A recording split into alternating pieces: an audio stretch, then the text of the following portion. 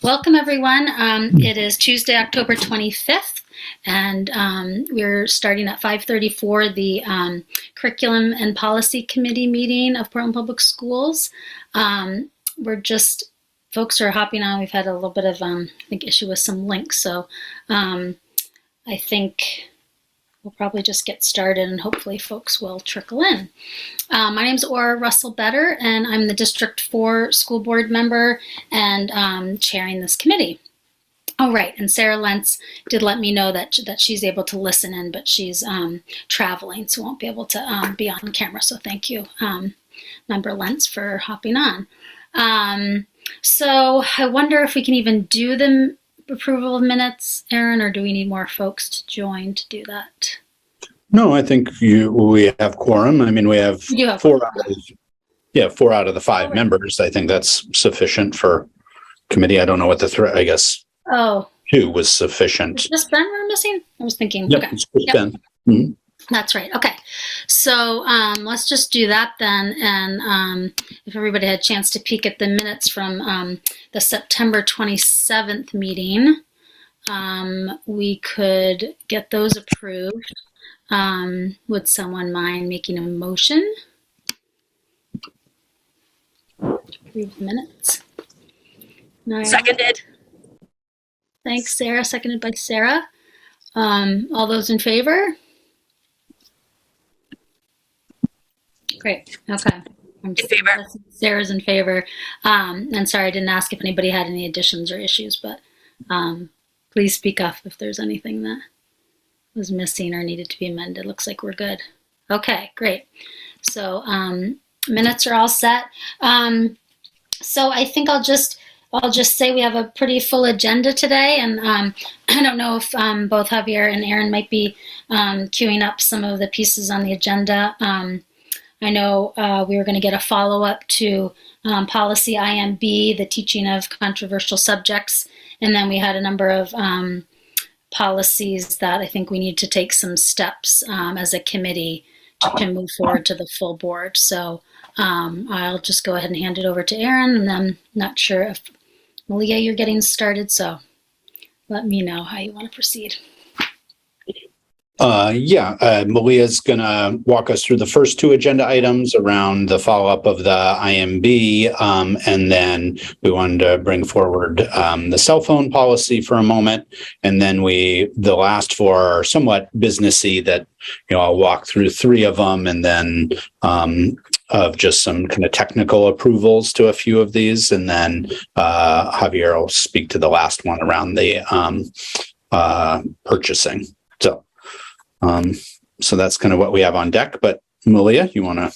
Are you going to share your screen, Aaron, or do you want me? You got it? I can do it. Yep. Okay. All righty. We'll wait for that.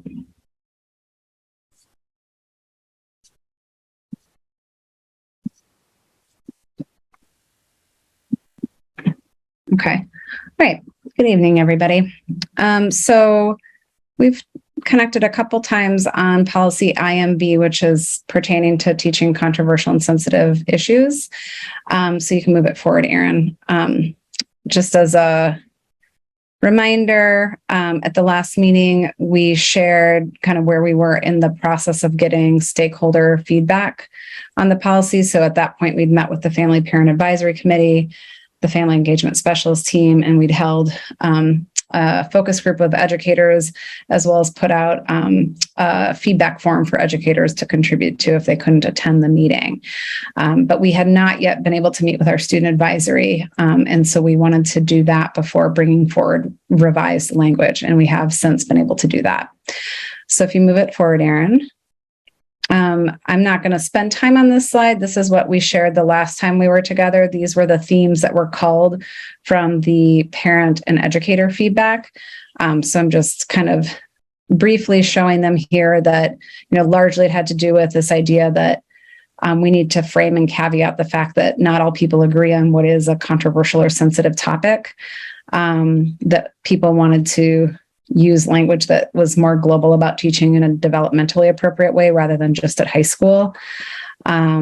And then there were several other recommendations. Another piece that came out loudly from parents was the importance of communication and transparency with parents when particular topics that are anticipated to be controversial or sensitive are going to be covered in the curriculum.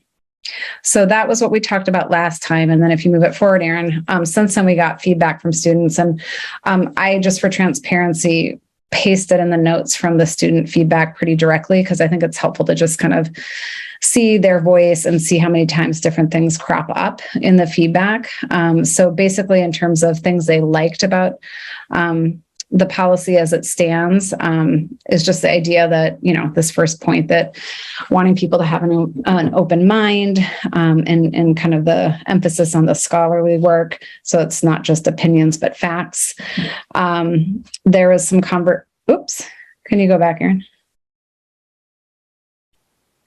Some conversation about just the trickiness of managing the relationships, you know, especially if you feel like you have a different perspective from your teacher. So some dialogue around that.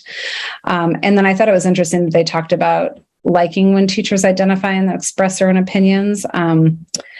And that sometimes when they aren't saying what they think or where they're coming from, the lack of transparency doesn't feel as safe to some students. So that was, I think, a particular student that brought that up, but it seemed to resonate with the group. So now you can move it forward, Aaron. In terms of the cool feedback, you can kind of peruse some of the comments here, but I think one of the main things really had to do with a strong reaction to the idea that teaching controversial and sensitive issues only happens in high school. I think very consistent with the feedback we got from educators and from parents, and also why we even brought this policy forward, was that that's not in line with our instructional vision and curriculum at this point. And so that shift to developmentally appropriate instead of only in high school felt like a big focus for this particular group.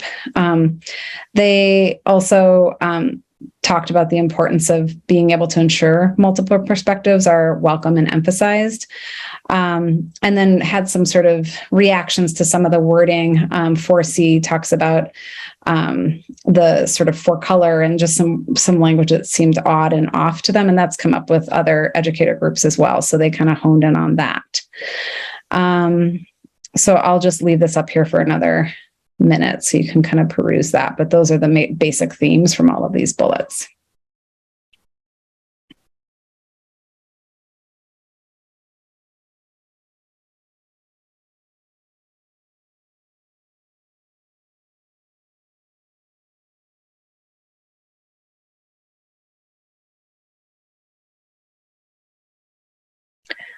Is it okay if I move on? Just give me a thumb up. I can see most of you. Okay, I see some thumbs. So if you move it forward. So what we wanted to do now is step you through the revisions that are drafted. And so do you want to pull that up, Aaron? And show? Okay, thank you. And so I'll kind of walk you through what's been changed and how it ties to the feedback and the rationale for why we're revising this policy. And I did that by redlining and crossing out so you can see very transparently what's stayed the same, what's changed, and what's been added. So the first thing that's a change, yeah, thanks. Whoops, is in the kind of frame to the whole policy. Before it just said that, you know, the committee recognizes that teaching about controversial and sensitive issues is a vital element of curriculum and teaching. And so per a lot of the feedback, we wanted to add in the statement about how what's controversial to some is not to all. So the language here is that it further acknowledges that not all people agree on what is or is not a controversial sensitive issue. As a diverse community, we acknowledge and affirm that our unique lived experiences and personal identities may influence whether or not we view any given issue as controversial, sensitive, or not. With this in mind, we want to encourage teaching about a range of issues that may be controversial, sensitive to some, and to have a set of guidelines to inform our approach. So that's the language that tries to kind of acknowledge that we all don't agree. You know, what is someone's basic humanity is another person's sense of a controversial issue. So wanting to be clear that we are aware of that. scrolling further down, just a technical thing, I added sensitive in where it said controversial, and then I wasn't totally consistent because it wasn't consistent before. Sometimes it's controversial / sensitive, and sometimes just controversial. So we can talk about just technically if that matters to you all in terms of the consistency on that. But the first big shift here, and this speaks to the students' feedback and educator feedback as well, is in I think it might be A1 in the policy, but where it's previously had said the study should be emphasized in the high school when most students are mature enough to study the significant controversial issues, we shifted that to the study should be done in a developmentally appropriate way. So that's the new language to acknowledge that we don't think what some people perceive as controversial should only be taught in high school. And then in the second element of this first provision, we added to the study should be objective and scholarly in an environment that allows for multiple perspectives and ensures that the study does not cause harm.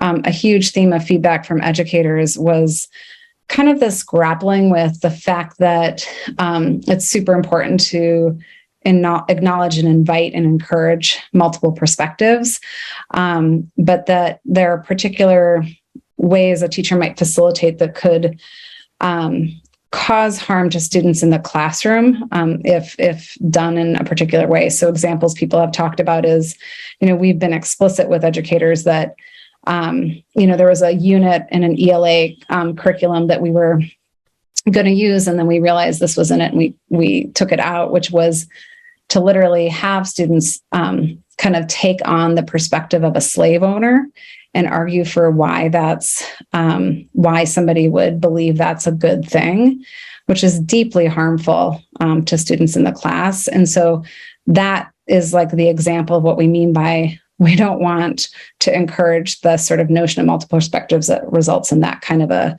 dialogue. So we tried to kind of acknowledge that by adding this language around ensuring the study does not cause harm. If you keep scrolling down, Aaron. The next thing is that added to this and be in the study of controversial issues, students have the following rights: the right to study any controversial issue. And it said that fits within the bounds of the curriculum, but I added including advisory curriculum. Another thing that came up from educators is that the previous language it may have sounded more like it was focused on content courses, and that a lot of deep work happens through advisory. So just trying to acknowledge that explicitly in the policy itself. And then the next one we added in scholarly. People had questions about what do we mean by the right to free access to all relevant information? As we all know, there's lots of information out there. So the sort of caveat of scholarly information. So it's not just like random social media posts or what have you. So that was added to try to a little bit further clarify that point. And then the major revision in C, if you go down, Aaron, thank you, is language that's been lifted from the framework by Judy Pace that I shared at the last committee meeting. And it's the framework for teaching controversial issues. This was something one of our educators brought forward to us. And so it's been slightly adapted for the language of the policy. But this last portion of the policy was really speaking to teaching methods. And so the framework that was shared seemed to really align with our instructional vision and our core values. And so we lifted a lot of that language here. And so this speaks to the teacher employs methods that support meaningful curriculum and a safe learning environment for all students. So the teacher cultivates a safe and supportive learning environment through community building. The teacher prepares thoroughly with attention to student identity and development, teaching context, subject matter, purposes, and methods. This includes the teacher thinking through their own stance, such as their position on the issue and the pros and cons of disclosing their views, and how to ensure a safe and open learning environment for all students with a range of experiences, beliefs, and perspectives. You can scroll down, Aaron. The teacher communicates proactively with students, parents, and administrators on what issues will be studied. This is directly tied to the parent feedback that we got. The teacher chooses resources and pedagogies that challenge assumptions, include diverse voices and perspectives, and foster participation. The teacher guides discussion with tools for analyzing sources and exchanging ideas. that actually came up in the educator feedback, and I'm not sure if it was something I'd spoken to last time. The teacher addresses emotions by creating safe space for processing them, using de-escalation moves as needed, and developing self-awareness. I do want to just share, I got some late breaking feedback from a teacher who encouraged us to share or to use the language of using restorative practices rather than de-escalation. So something we could tweak. And then finally, the teacher employs the same trauma-sensitive methods in the handling of controversial issues as characterize the best teaching at any time. And so if you scroll down further, Aaron, people can kind of, I want them to see what was crossed out. So it's not that all of those bullets there were bad per se, but I think the framework was like much more comprehensive and, like I said, aligned with our instructional vision and core values. And so we leaned on that language rather than trying to kind of tweak all of the language that is crossed out that you can see here. So I think that I recognize that we didn't have this particular policy posted last Thursday. So there isn't incredible urgency to immediately get this passed. So I think a question, and this down below is something I've shared with you all below. This is the framework that we drew the language from. So you can come out of that for a second, Aaron. So I think that, from a discussion perspective, I think one just would want to know, given the agenda tonight, do you all want to try to give feedback on this language and kind of really tune it up?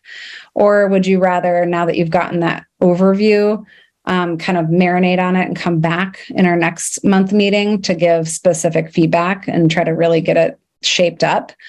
So I guess I have that as a first process question. And then depending on that, we could get into feedback and tuning of the language or just talk about or not move on to the next topic. So I'll pause at that, or I'll let you kind of call on folks for comments on which direction people want to go. I'd love to hear what everybody thinks, as I could go either way. I think I could give some feedback, but I'd be good with people wanting to take some time to look it over. And then I just want to be sensitive. I don't know how much time Javier and Aaron, you think we need to just get through what we can of the pieces that we need to move forward to. So just thinking about that. But if anyone wants to share reflections just on what Malia shared of what's been amended with the feedback, which is great. Go ahead, Mickey. Thank you. Thank you, I think from our opinion, we like to. I think what we have changed on red is giving a little values when I look at what we have done before, but I just need a little more time to just go over to make sure that we just valued and then making more sense. Why I say that, I just recalled what you just mentioned, Manny, about the curriculum. Then we're about to use, and then we find out then it was a sensitive topic about slavery. So my question is, are we checking the curriculum before purchasing, or we just purchase the books, the curriculum material, and then we find out later on? So what's the process? When we are developing or adopting curriculum, we have a whole process where we vet things in advance. The example I gave was something we were piloting and we were looking ahead to it and realized that was in there. So we took it out in the pilot, and then we've since dropped that curriculum and then evaluated and have a different curriculum. So, but we have a whole curriculum adoption review process that essentially kind of has a piece that looks at standards alignment, and then a piece that looks at it from an equity perspective. Oh, okay. Yeah. So yeah, I think for me, my opinion, we like to take a little more time to go a little more deeper. Yeah. To understand each line, especially after the change, because we crossed almost half of the policy, right, on Black when we just removed. It's the third component that it's the teaching methods language, that I kind of changed whole pretty fully. I think the spirit of it isn't big, but I understand that, it makes sense to me if you'd want to come back to this next month after looking a little bit more closely and having already heard now my explanation to it. Right. Thank you. Mm-hmm. Thank you, Aura. Thanks, Mickey. Sarah, did you want to share?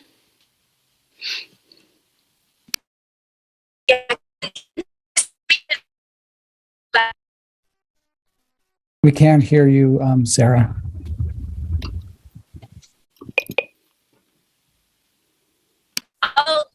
I'll follow up with my questions. I'd prefer to wait to edit. Okay, great. We got that. Yeah, I feel the same as well. I want to take some time to marinate, I guess, and just reflect and see if I can add more to what's already there, and gather my thoughts. I'm just wondering, and maybe this is just my lack of knowledge, but this policy doesn't also govern the responses on the N-word, right? That's a different policy. I mean, we have guidance on the use of the N-word, and so it's not a policy, it's like a practice. So we put out formal guidelines, but it's not in a policy.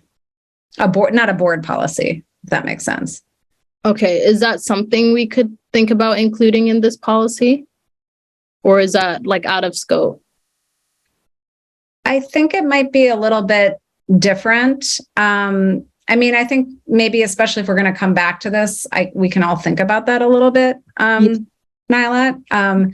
I think this is more kind of broadly, like a broader point about teaching controversial issues. I think an immediate one concern I might have is that, like, I don't know, some people feel like it's controversial whether or not they can read the N-word. I don't find that controversial. I think it's straightforward and like totally like, whatnot. And I don't know, by putting that in here as a specific thing, I don't know. I think it might not really fit. Also, we're kind of saying that this is really topic agnostic, if you will. Like, it's more saying everybody feels different about what's controversial or sensitive, but we do want to encourage teaching around controversial, sensitive issues. And when that's happening, here's the things we want to kind of adhere to.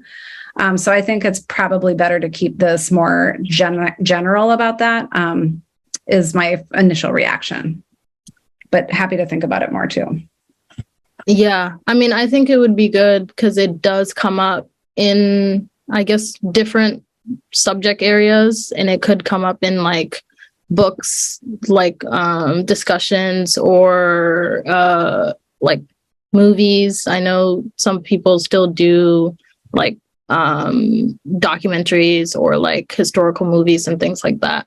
I definitely understand it needing like a different form of handle, because it could be behavioral, but I know in terms of curriculum, it comes up with like different aspects, especially like reading an old book and like the guidelines around that. But if that's in the other policy, then I could understand not needing it to also be specified in this.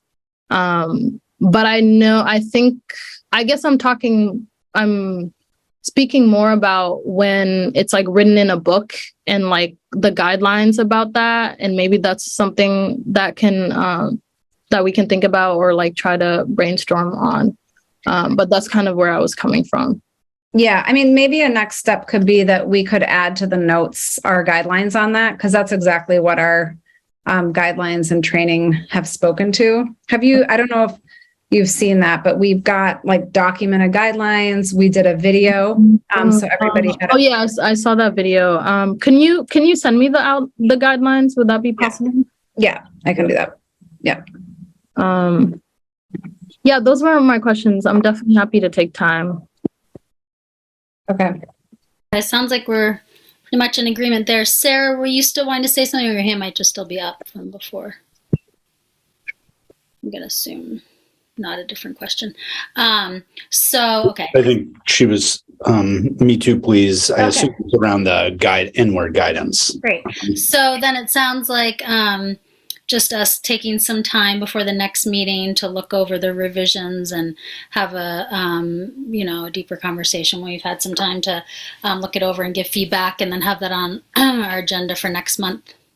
That'd be great. Yeah, if we can kind of get any wordsmithing that you all feel strongly about, that would be great. And then ideally that in that meeting, depending on how significant it is, if it's not too significant, we can incorporate it and then talk about bringing it forward to the full board if you all are ready, feeling comfortable and ready for that. Okay. And did you have a goal for that, Malia, that you wanted that to be? I just would like it to be level before the new year. I don't think, Javier, we've calendared it in yet. So it's not on any agenda. Okay. So yeah. I just will caution us, as you'll see in some of the policies that we're coming up on now, that this is a really tricky time of the year to make, to sort of have things half done. So I think pushing it into January might make more sense instead of having a first read and then, changing of the board and all of this stuff. Because it just gets tricky. Yeah. And I'd say from the perspective of the policy, if it happens in January, I think that's okay as it pertains to the work we're trying to do. But I just would like to get it done this winter so it's not a dangling thread. Okay. If that's the case, can you guys update us on that time frame? Like if it's later on, just so we can have an understanding of like when to do, or for me to do my own personal work or whatever. Yeah, I think we're saying we will come back to it, Nyla, at next meeting. Okay. Instead of later. I think it's just like, when can we put it on the full board agenda? Yeah. Okay. Yeah. Okay, great. So I'm going to speak to the cell phone if we want to move into that next, just looking at our time. Do you want to? Thanks, Aaron.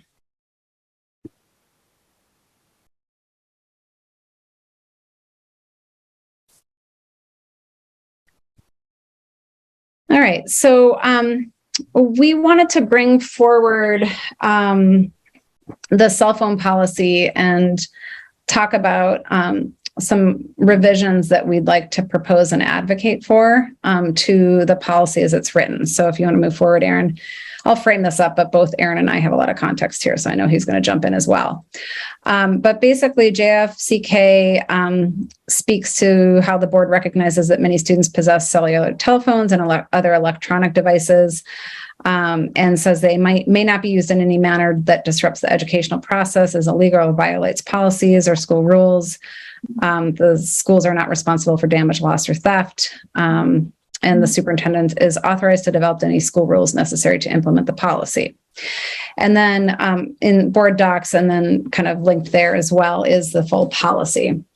And so the specific things, and we wanted to tee up for you, are really coming out of the middle schools. And so I think the first thing is that at one of our middle schools, we were noticing that cell phone stuff was very much connected to most of the behavioral challenges we were having. And it made us realize that our middle schools are all kind of implementing expectations around cell phones in different ways, and that they're more or less aligned to the policy, which then made us say, okay, we need to bring this forward and get ourselves clear and consistent. It reminds me of when we brought forward the advanced or the AP policy, because the high schools were not really implementing it in the consistent ways. And it really spoke to the fact that the policy itself was really not suited to our needs at the time. And so then connected to that, we're hearing from our administrators and educators that phones and social media are the cause of many of the behavioral challenges in schools, especially connected to fighting and bullying. And just comments from administrators that just developmentally students are kind of in this period in middle school of changing brains and sort of figuring out their way and judgment. And so there's just a lot of poor judgment as it pertains to the use of the phones for videotaping and things like that are happening in the schools. And so ultimately what we'd like to do is really the bulk of the change we want is to change the provision that right now says students are allowed to use their phones in hallways, at lunch, and on field trips. And we'd like to eliminate that kind of leeway for the elementary and middle schools. It's really hard for administrators and teachers to manage it when kids are, not supposed to have it out in class, but suddenly they're walking in the hall, they're going to the bathroom, they're at lunch, and all of a sudden all the phones come out. It's much more easy and successful to be able to have just a really clear policy that no phones in school. And if they're out, they will be taken and given back to you at the end of the day, or whatever it is, depending on what the student's doing with the phone. So basically, that's the main thing we wanted to bring to your attention. I think the next slide, Erin, I think we just said that, here tonight, really, since we're just introducing this policy as something we'd like you all to take up, we wanted to talk mostly just about process and say from our perspectives that, we're cognizant that this can be controversial. And at the same time, our middle schools some are already doing something more in line with what we're proposing.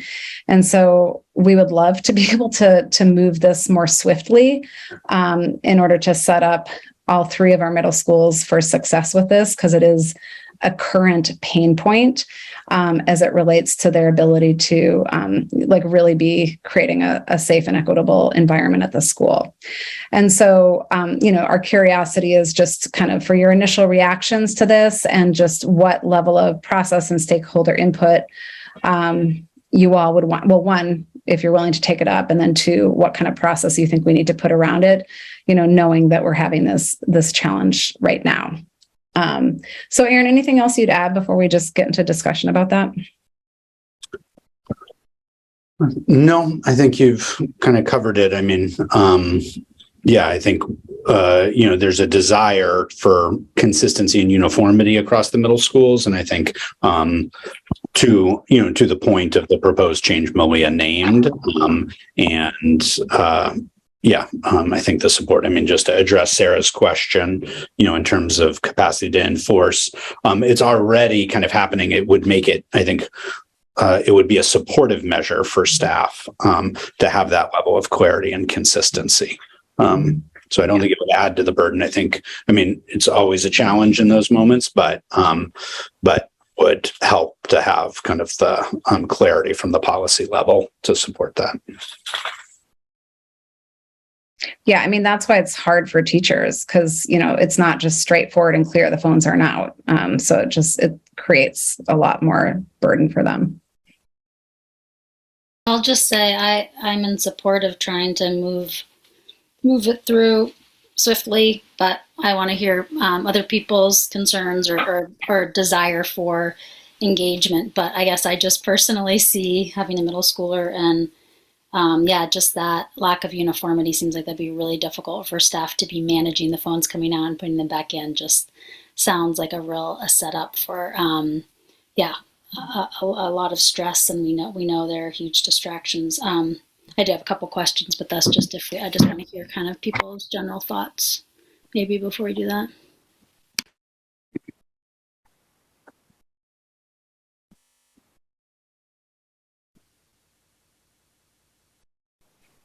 I have a quick question. So the cell phone policy here is going to be mostly applying for middle schooler, or is going to be? Well,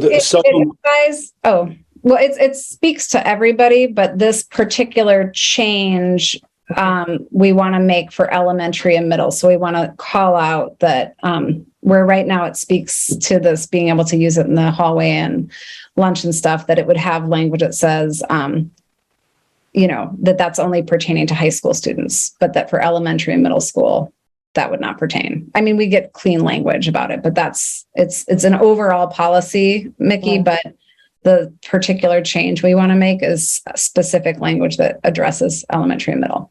Yeah, I'm in favor to go with the language which is can, because I see, and I have a lot of complaint from parents, especially for middle schoolers. So and I think it's about time. So I'm really in favor to see what we're going to make as a change, especially for those two levels, elementary school and middle school, because the fourth and fifth graders, they are bringing that to the middle school. So that means that transition, that's the way is really happening, and it's getting worse in middle school. So. Yeah.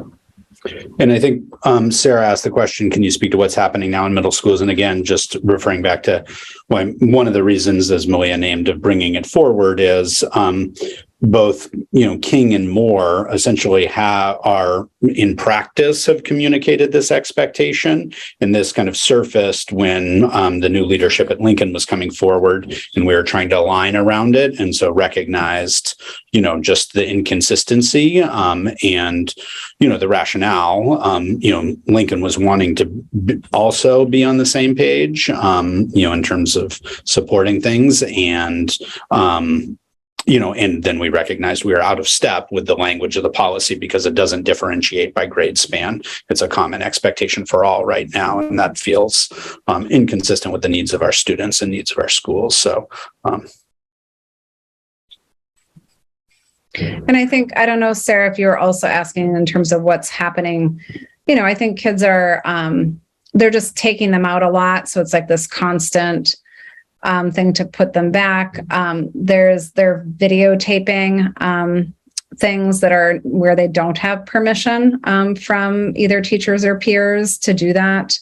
Some things that are, harmful and private. And then, of course, all the social media is a huge source of, like we said, the bullying and the fighting. A lot of that happens outside of school, but to the extent we can kind of try to contain that within school, that would be helpful.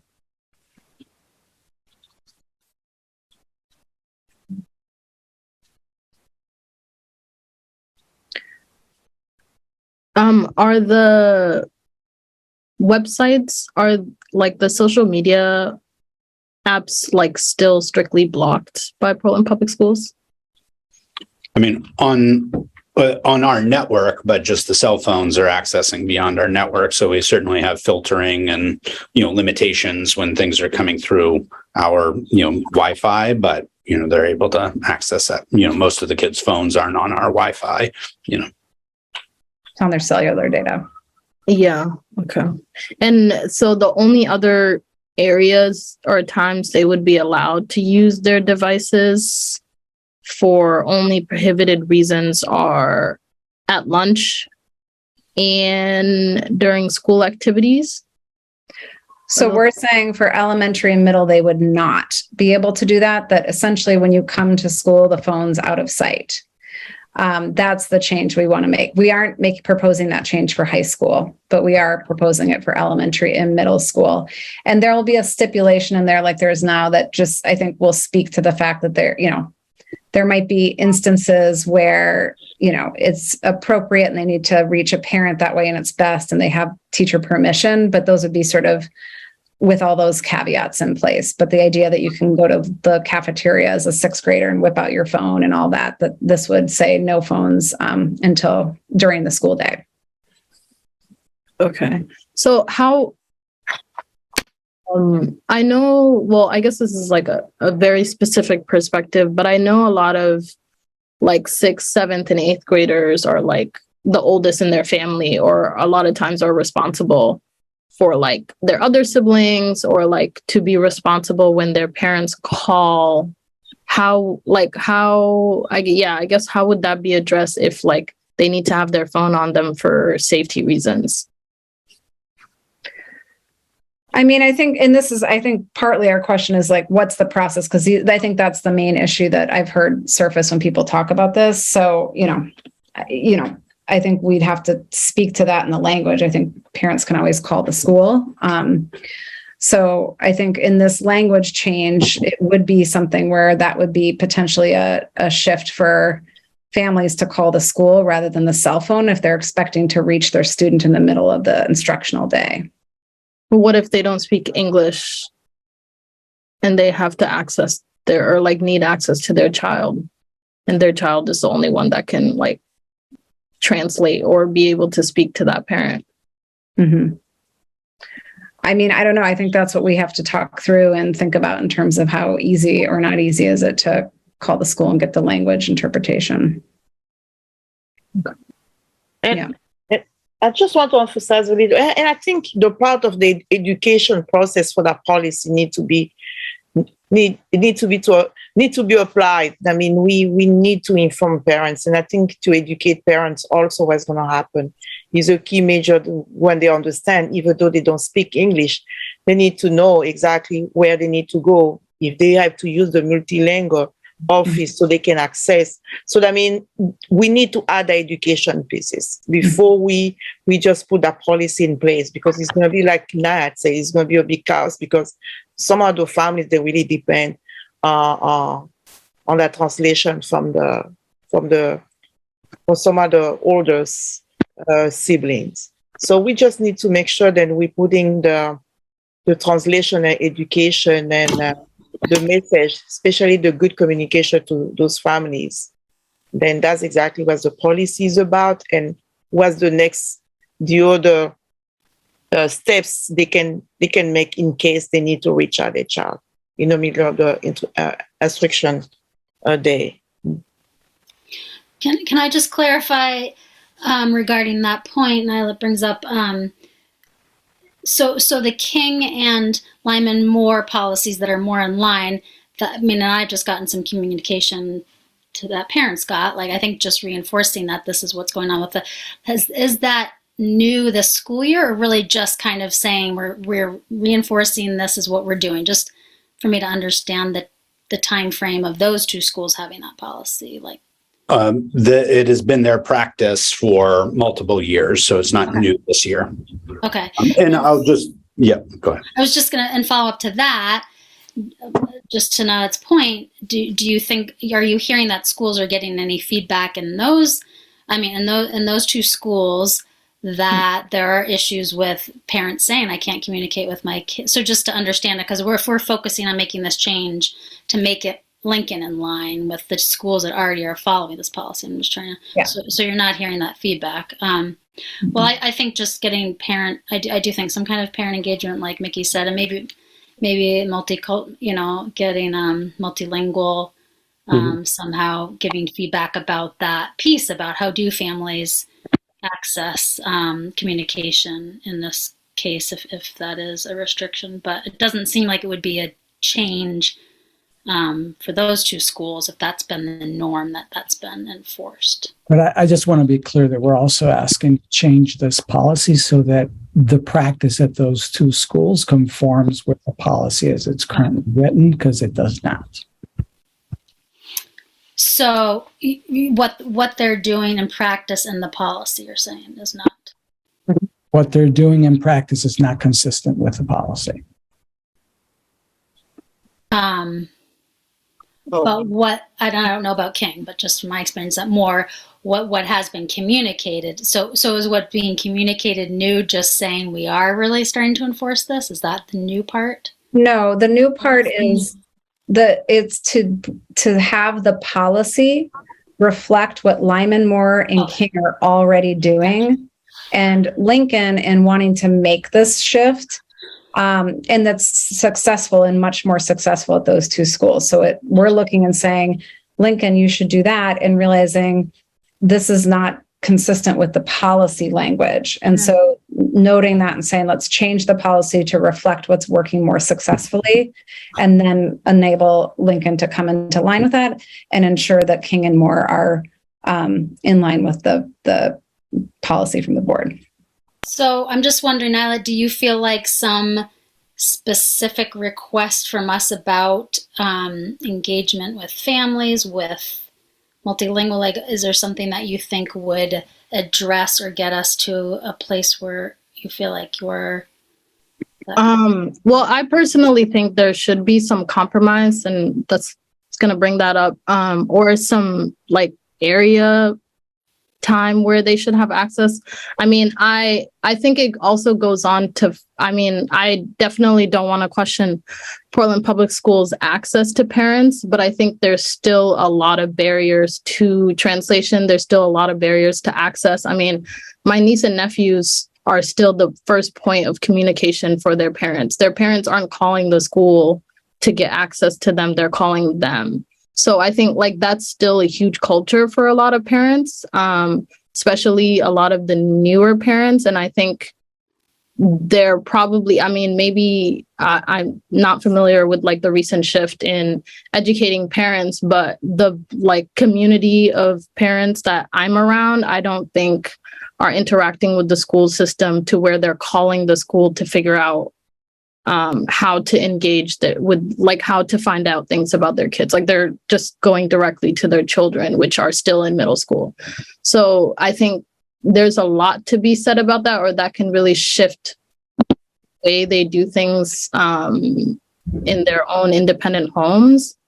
And maybe this, like I'm speaking specifically to the Sudanese parents that I've interacted with that are in Portland Public Schools, or that have children in Portland Public Schools. I feel like there should be maybe like a period or a sense of, I mean, like, I definitely I think I definitely understand like the issue because I'm on TikTok, I'm on social media. Like I understand the need to restrict and like just how obsessive it's become and how controlling it is and how much it can alter children's behavior, especially in that level. But I think there still needs to be some understanding around like the need for some of those people that don't have access to social media like that, or just utilize social media just specifically for communication purposes. Like my mom just got on Facebook and she calls me on Messenger all the time. But yeah, I don't know how, I guess I can't really speak for it being like a prevalent thing all across the district, but I just know that personally from the Sudanese community and other African communities that they would specifically go to their kids before the district to ask for like safety measures or anything like that. If that's, but yeah, and I think Sarah had a question as well about can students have their phone on their person? Like what is, so like can it be on them, or is it like they toss it when they come to straight into the door? That's a question I had too. If they toss it and then they just kind of go throughout the whole school day without it. Well, so we haven't drafted a revised language yet. So I think those are choice points in the language. I think, mostly what Moore and King are doing is it's out of sight. So it's in the backpack for the day. Okay. And if it's seen, then it's, then they'll take it and keep it in the office or something like that. But with that being said, and I know another, we've been talking to other middle schools in our region to try to get help with what are the systems and practices they're using that are successful for school-wide culture right now. And, one of the schools we talked to that's in a really strong place, they have lockers. And so they put them in the locker and they don't come out till the end of the day. And it's just a non-issue for people. But either way, I think, Nyla, that's something we would draft in the updated language. Today, we just wanted to bring forward, hey, we'd like to revise this, and then just, get your feedback around process, since we do feel some urgency for Lincoln in particular. Okay. Well, I guess I would suggest like thinking about those things and having that in mind when you're drafting, and then also trying to maybe be lenient about like the teacher can decide, if it's emergency based or not. Because if somebody gets a call, then they're like, oh, it's my mom. Can I just go out in the hallway and take it? Maybe the teacher or the instructor can have the lenient capacity to decide like what the situation is right and then and there, because that could give some resource to the students. Yeah. And I think there is some language to that maybe, we can look at to see if there's some further adjustment to it. But there is some of that discretion, both to teachers and to building leaders, right? For those kinds of things. And I think, Mickey's point about wherever we land on the language, the communication about what is the protocol, how to access, what are the language resources to utilize, is essential and an ongoing thing, just to make sure they understand, because how to access and get support, and so we have responsibility for that, informing and communicating and building understanding of that, in addition to making these changes. Yeah. So I just wondered, do you feel like you need to know more specifically if, as a committee, we're wanting, specific feedback from, parents, communities? Yeah. I mean, I think what I'm taking from this is that, I'm just trying to communicate. We're feeling urgent to help Lincoln out with this.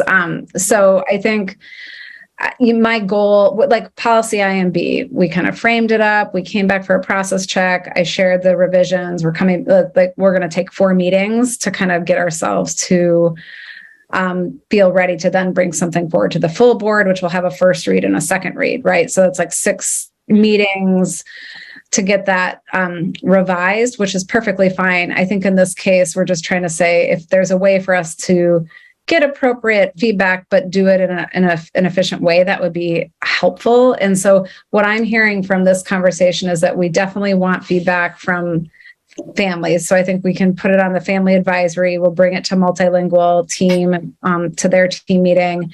And then I think getting some more direct feedback from King and Lyman Moore and a couple of the other schools we know in other districts that use this practice, specifically pertaining to some of the questions that NILOT has been surfacing.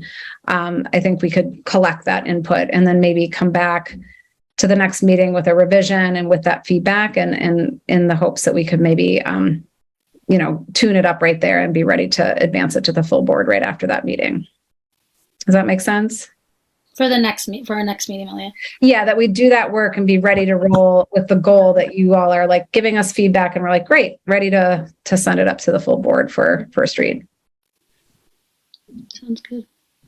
Okay. Can I just ask one quick thing, Malia, that I just was thinking of and just wanted to clarify for myself that is there any policy about like after school activities for the phone? So they can take their phones out at the end of the day, but then is there policy? I think that's language is in the policy already. So I think we weren't honing in on that as something we were wanting to change per se. Yeah. Okay. Because it feels like kids are able to text to say, I need to get picked up, things like that. Yeah. So it doesn't sound like you're saying that that's the issue is that during the day. And so, okay. Great. Yeah. Yeah. And I mean, just to give it, I think to Nilot's earlier point about teacher discretion, the King and Moore have that as a caveat in their practice. And so like an example is, the bus is canceled for sports because it's raining and kids need to tell their parents. Like there's moments when they're like, yeah, people are allowed right now to take it out for 2 minutes and text your parents if it pertains to you. So that would be, those kinds of things are already existing and how the practice plays out in the other buildings. But we'll get that clarified in the language for you all to look at. Great. Thank you all. Great. Appreciate your support on this. Yep. See your comments, Sarah, there. Yes, we'll work to have those so you have time to review. So we're ready to engage and hopefully sign off, make any adjustments and sign off during the meeting. So this next agenda item is similar to just what we did. So this is informational for this group. Similar that when we just kind of reviewed here with the policy committee and then the full board approved the revised policy around students, kind of drug and alcohol use. We similarly, the policy committee in the fall of 2021 did work on the questioning and search of students policy as it was part of the network of kind of law enforcement policies and had not been, again, in the transitions, last fall when the board and committee membership hadn't been the policy committee approved, but it hadn't made it to the full board agenda. So wanted to just remind folks or just inform many of the new folks, or will have been the only person that was on the policy committee at that time when we had these discussions, so that we can put it on the agenda for first and second read with the full board. So I'll just review briefly what the proposed changes, the changes were that the policy committee approved before first sending it to the full board. So the goal here is just to share this with you. There's no action necessary because it was, in what was the date? In the policy committee meeting of October 26, 2021. So almost exactly a full year ago, the policy committee approved this. So 364 days ago. So let me just walk through the changes. There, a couple of substantive ones, but it wasn't a significant rewrite of the policy. And this is all in the, packet. Sorry, So in addition to just updating kind of the nomenclature of the board, that was, in the policy, there was mainly one change here, where this area in the center, which was kind of aligning it to the language we had adopted in policy KLGB, which governs kind of student connection to law enforcement, kind of student law enforcement involvement in student matters. So we changed so that the language said, that we may forward to evidence forward to the law enforcement authorities at the discretion of the superintendent, except as required by law, such as for firearms violations. So that aligns to the policy where, we kind of have this broad category of, consultation with the superintendent before referring matters to, law enforcement, unless it's, a firearm, which is, legally, federally required, or there's immediate safety issues, threat to physical safety for students or staff. So that was the major change here. Otherwise, it was just changes as it relates to, the board nomenclature. And then in the procedure, we aligned throughout, so that the language was consistent. So you'll see here, these highlights as such as for firearm possession, again, making clear those places where it's required that, we engage or turn over anything we may find in a search to law enforcement. And then the other major change that we discussed at the time was around kind of the process for searches. And again, both for administrators and then certainly for students or families, just more clearly describing the, the opportunity students have to be able to kind of open closed items. So we wanted to make it as, least invasive as possible. For students and to kind of begin. And then, if the administrator deems necessary, can move forward with a search process if a student is not compliant or refuses to kind of open a bag, open a backpack, those kinds of things. Certainly stopping at that. So, we have not had any situation, kind of is getting to the ultimate in terms of strip search. We would not engage in that whatsoever, as articulated here, but just wanted to be more clear about that kind of process of escalation. These last two kind of summaries of changes are just repeating the language that, we utilized in the policy about, giving discretion to the superintendent about referral to law enforcement, except in those cases where it's required by law. So there is this section B4 was updated with that language. And then section C3, where it was the searches of lockers or desks and such things, was also updated.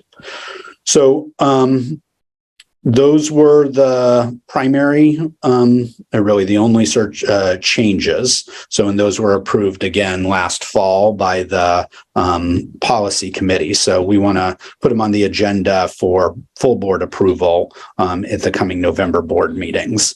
So just wanted to inform this committee before we put them on the full board committee.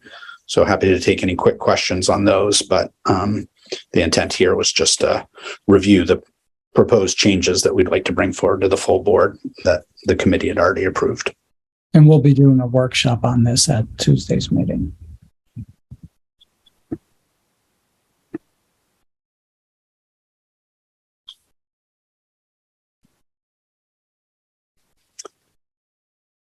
Okay. If there aren't any questions, I'll move forward to the next policy. So this next policy, GBN family, so these next two are kind of statutory. There's one, this first one is statutory language to add to our existing Family and Medical Leave Act policy, which came out of recent legislation that's attached, a summary of that's attached in board docs. But essentially, and I'll share it so you can see it, it's adding just a little bit of language because in Maine law, hourly employees are now also eligible for FMLA. So we want to update our policy to be able to include that for them. So in this policy, it just adds, the language from the Drummond and MSMA sample policy, so that, as it says here, beginning August 8th. So that's kind of the enactment. School employees who've worked at least 900 hours in the previous 12 months are also eligible for FMLA benefits. So again, that is the only proposed change to the policy, and that is to make it consistent with current Maine law to make FMLA available for hourly employees. Are there any questions about that proposed change or addition to that policy?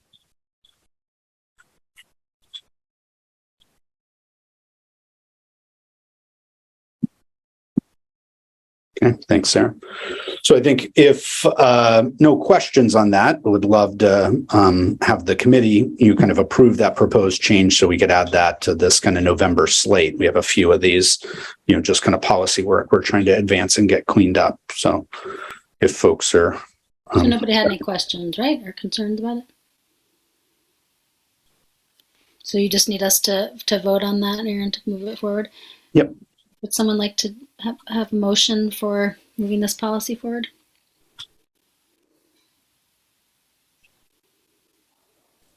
Anybody? Which one? For the family leave? Yep. For the family medical leave, adding the language to include hourly employees. Oh, okay. I move. Oh, I second. I see Sarah moved. Sarah with Mickey seconding. Okay, so everyone in favor? All right, so it looks like that's passed to move forward to the board. And so is that for next meeting, Aaron, is the... Okay. Yep, we'll include that with workshop. We'll have a workshop around a number of these policy things as we typically do. And then at the second meeting, it'll be a second read and approval. Okay, great. The next one, this is a brand new policy. So the state last year in 2021 adopted new legislation related to workplace bullying. And so what what's attached in board docs connects to the specific state law that was passed related to this. We had intended last spring to kind of take this up alongside the work group around our revisions to our staff sexual harassment and discrimination policies. But because of a number of the challenges last spring, that work group wasn't able to get convened. So that's something, we'd like to have on our work plan for the coming year to do the revisions to, that's policy ACAB, which is the staff harassment and sexual harassment policy. At the same time, and we'd like to look at this policy at that time. But at this point, we're kind of overdue to have an existing policy as it relates to workplace bullying. The, kind of legislative expectation was adoption in, like the fall of last year. So I'm proposing that we, adopt for the interim so that we have something that reflects the state legislation as and this is now one of the required policies in the state, that we adopt the model policy for now so that we have something on the books and are in kind of compliance in that regard. And that we then continue when we convene the staff work group around the staff harassment and sexual harassment policy that we again kind of revisited at that time. But I'm anxious to put off further just, having any policy established around this issue. So the language here comes directly from, the model policy published by Maine State Management or MSMA and Drummond. So.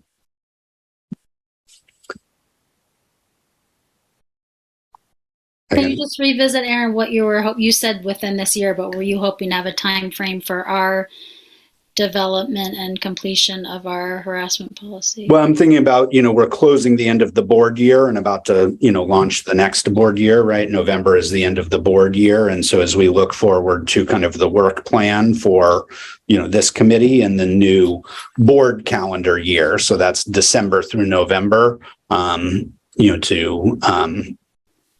engage in that work around looking at ACAB. That's a body of work that we've been wanting to engage in since we did the rewrite of the student policy and the educator of color report.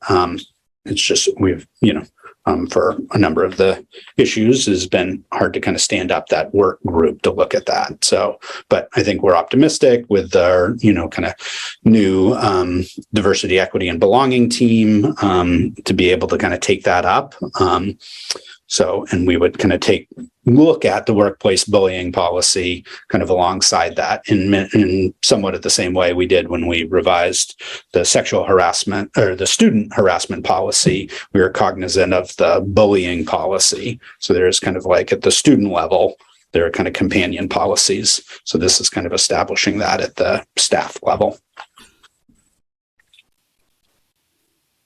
I have a quick question. I mean, the implementation is going to be the same process and approach than we did with the harassment policy, or it's just going to be different? In terms of, I'm not sure I understand the question, Mickey. Can you say it again? Yeah, because what we did for the harassment, we had voted in the budget to really move with the implementation of that policy with different aspects of reporting and everything. So the one we want to do for the staff the boarding is going to go with the same spirit, or it's going to be different ways? Well, I think as it relates to the staff harassment and sexual harassment policy, I think we need to get into that work and look at that policy. And, because it wasn't until after we'd done the revisions and had done that work that we came out with the recommendations of how to support implementation.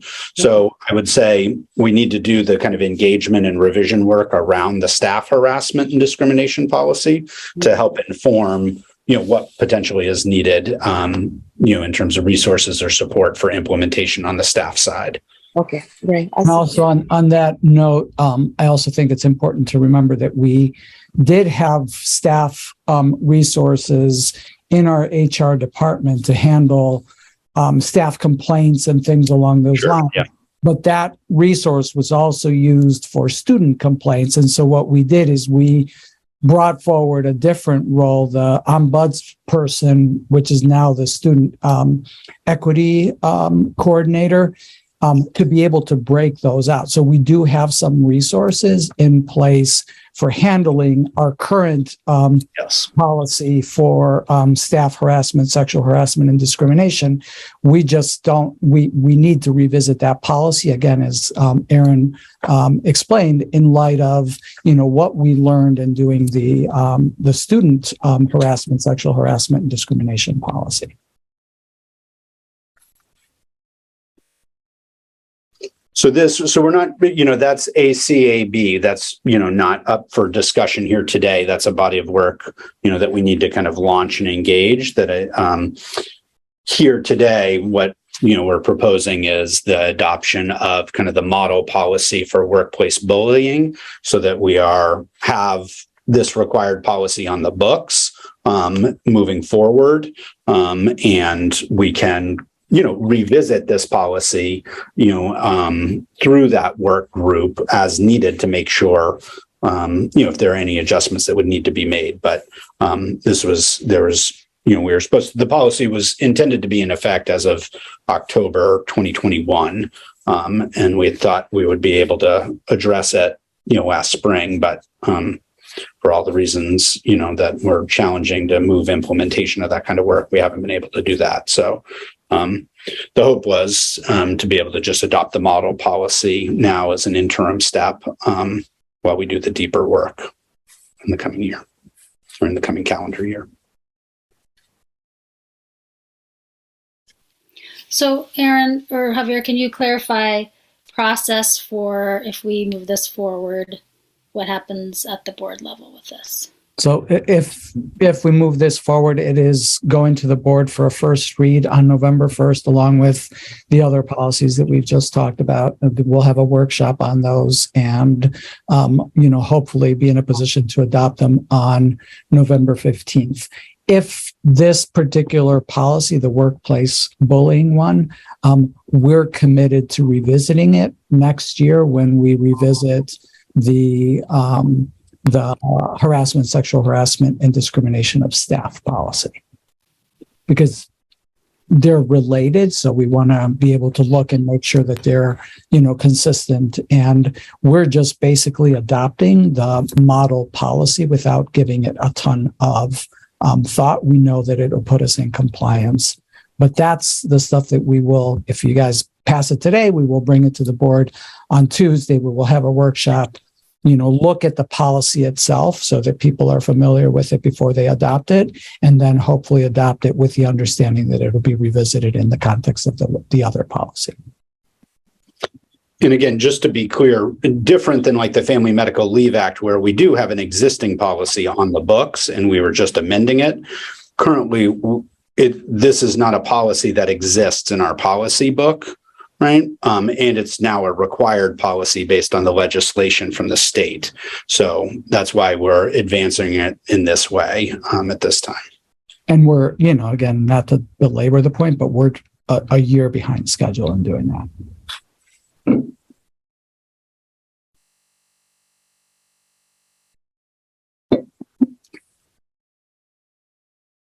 I'm comfortable with moving it forward and just appreciate that commitment that I think, the board will be aware of too, that this is a priority in the coming months for us to, create our own work on the harassment policy. So, I want to be in compliance. Absolutely. So. And Sarah's just sharing that she supports moving it forward as an interim policy. Can we get a motion and a second so that we can formally do that? I'll move. I'll second. Right. Okay. Everyone in favor of, I don't have the policy in front of me, sorry. Everyone in favor of moving the workplace bullying policy forward to the board? Yes. Great. Great. The last set of policies are related to purchasing, similar to some of what we're doing today, just trying to move through some policies that are overdue. Let me find where my memo is on this. So there's two policies, a procedure, and a manual that are being moved forward. The first and probably most important one is the board policy DJ, which is our purchasing policy. This basically tells us how we go about acquiring goods and services. This policy has been in place for quite a while. It was revised in 2016. Most recently, what we're doing and the revisions to that policy are adding specific language around federal grants, incorporating a language around federal unified grant purchasing. So it's basically just adding that section that requires us to follow the federal funding guidelines process. While we're at it, there's a procedure associated with that. So that is also being revised to, in essence, just note that we will follow that particular protocol.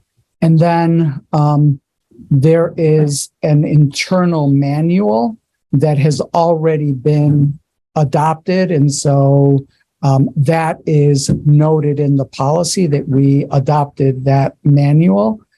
And then the last piece is our attorneys advised that while we were doing this, that we needed to add a provision to board policy BCB, which is the board member conflict of interest policy, noting the new federal requirements. And so basically those are the changes to the two policies, the procedure and the manual. The only thing that you need to approve are the two policies.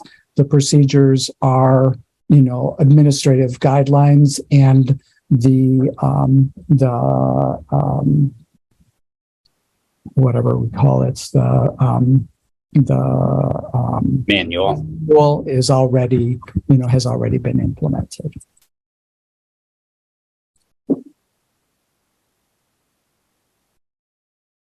Javier, could you just say again which are the pieces that we need to approve? You said board policy DJ and board policy BCB. And so can you share those, Aaron, just so that people can see what the actual proposed changes are? This is policy DJ. This is the added, I can. That's the existing policy. This entire section 3 is new. And then obviously all the references are updated as well to reflect current policy.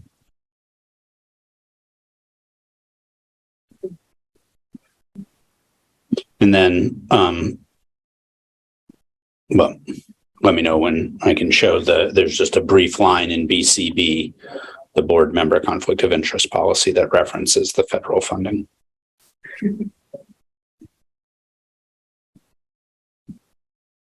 Any questions before you do that? Maybe any questions on DJ? Just a clarification out here. So that means we just adding because of the federal grant or federal funds that we may receive. So just to follow those guidelines. Yeah. If you go up, Aaron, there was some, just down a little bit from that. There was a section here that dealt with state or federally mandated procurement, Right.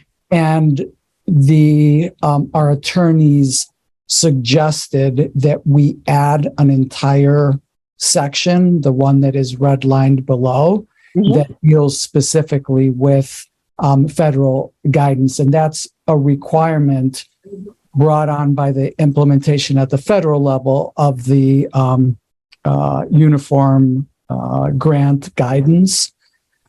So if you look at that whole section, if you scroll down for a second, Aaron, this is really about the implementation of the unified grant guidance procurement. So these are all new federal statutes that require school districts that receive these to build this policy.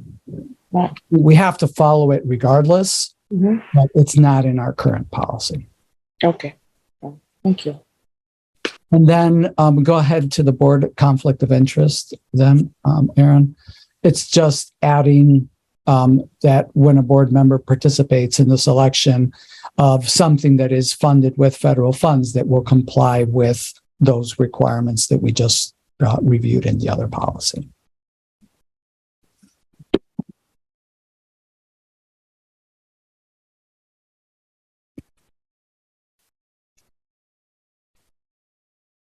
So we should probably have any questions, any discussion, and then, a motion separately for each of those two policies.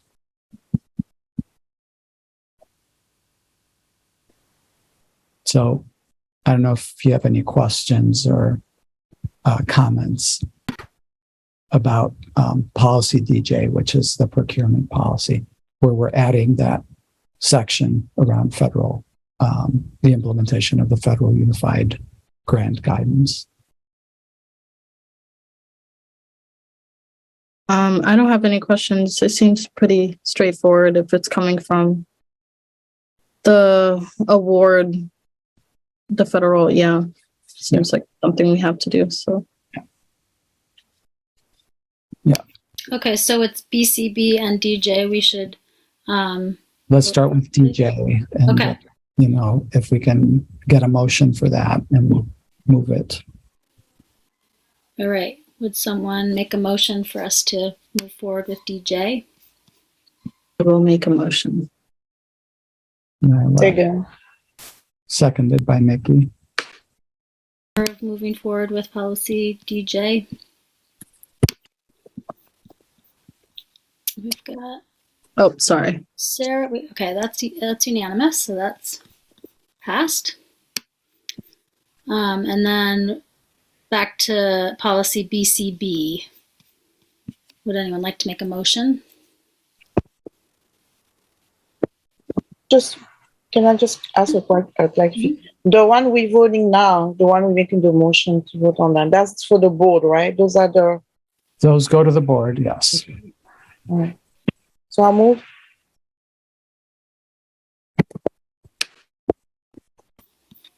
So Mickey with the motion. Anyone second? Yep. So all in favor of moving policy BCB to the full board? Okay, it looks like we got Sarah yes, so we're unanimous in passing that one onto the board. All right. Thank you. Was that the end of the agenda? All right. Well, I think we were pretty successful tonight in moving through. And it looks like we'll look forward to next month going back to the, is it IMB? I have to get good with my policies here. So if everyone can just go through what Malia presented today so we can have some feedback for our next meeting, and then we'll hear some of the feedback from, sounds like Multilingual and the Family Advisory Committee. And then we'll revisit, what's the other policy, Erin? The cell phone policy. Cell phone. JFK, Cell phone policy. Yeah, and we'll send that to you all far enough in advance that you can similarly review the specific language with the goal that both of those policies will be tuned and ready to bring forward for first read after next month's meeting. Great. And to clarify, it's the policy we talked about, right? Sorry, the one. Okay. Yeah, so the first one, Nylat, is the one that I started with. That's the controversial issues. Yep. So now you have that red line version to just look carefully at. And the second one is the cell phone, which we haven't given you new language for, but we'll do that in advance of the next meeting. Okay, perfect. Thank you. Yeah. And our next meeting is Tuesday, November 22nd. All Thank right. you. So does anyone make a motion to adjourn for the evening? All right. My motion. By Nyla, I'll second that. And so everyone in favor? Adjourning? All right, great. So 6:57, we finished up with a few minutes to spare. Thank you everyone so much for deep engagement on these issues, and have a great night and good rest of your week.